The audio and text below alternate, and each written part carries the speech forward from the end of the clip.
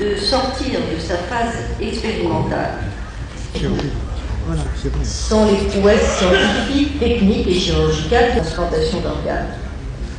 C'est pourquoi il est nécessaire, non seulement au niveau national, dans le cadre d'une coopération européenne, pour permettre un développement des transplantations dans le respect absolu des principes éthiques qui nous gouvernent. Nos pays se sont en effet dotés d'une législation nationale et une coopération européenne déjà dont la vocation essentielle réside dans la sauvegarde des vies et de son bien-être. Il nous faut donc aujourd'hui saluer les différents initiatives.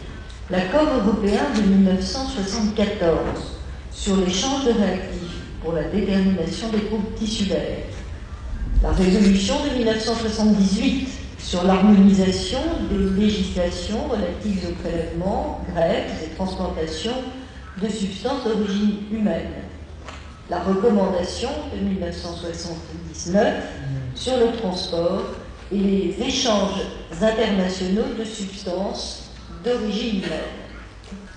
Une affirmation solennelle de ces principes devrait nous permettre d'éviter un dérapage vers un trafic d'organes dont on imagine avec appréhension les dangers pour l'humanité.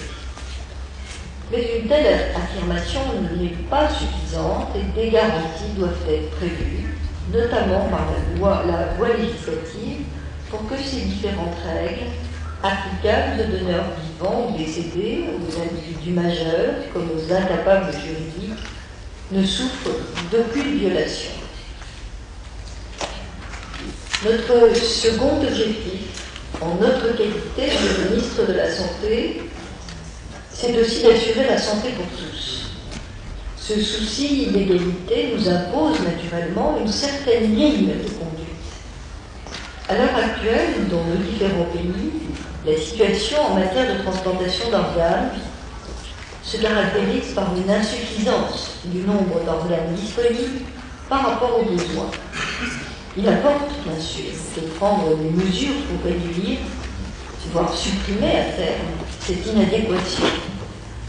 Dans l'immédiat, il convient de gérer au mieux cette situation, tant au niveau national qu'au niveau international. Mise en place au sein du Conseil de l'Europe de comités d'experts chargés d'approfondir ces différents aspects devrait nous permettre d'améliorer de façon significative dans les années à venir les échanges entre nos différents pays. La notion de responsabilité, enfin, est à l'origine d'un grand nombre de propositions qui ont été retenues par la conférence. Responsabilité des individus, responsabilité des professionnels de santé et responsabilité des États.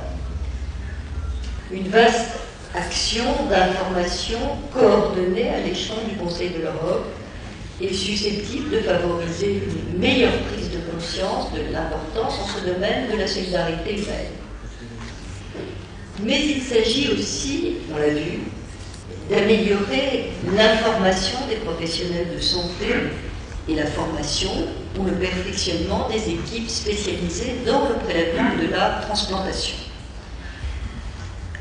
Avant de nous quitter, je voudrais une nouvelle fois vous remercier de votre présence à Paris et de la richesse de votre contribution au débat qui nous a réunis au cours de ces 2 journées. Je voudrais également saluer ici l'efficacité unanimement reconnue du secrétariat général du Conseil de l'Europe qui a permis à cette conférence de se dérouler dans les conditions optimales. Je me félicite enfin que se perpétue l'usage de ces rencontres informelles dont nous avons, je l'espère, une fois encore démontré l'utilité. Je tiens, pour finir, à remercier chaleureusement, en notre nom à tous, le gouvernement chypriote pour son invitation à tenir la 4e conférence des ministres européens de la santé à Nicosie. Mesdames, Messieurs, je vous remercie de votre attention.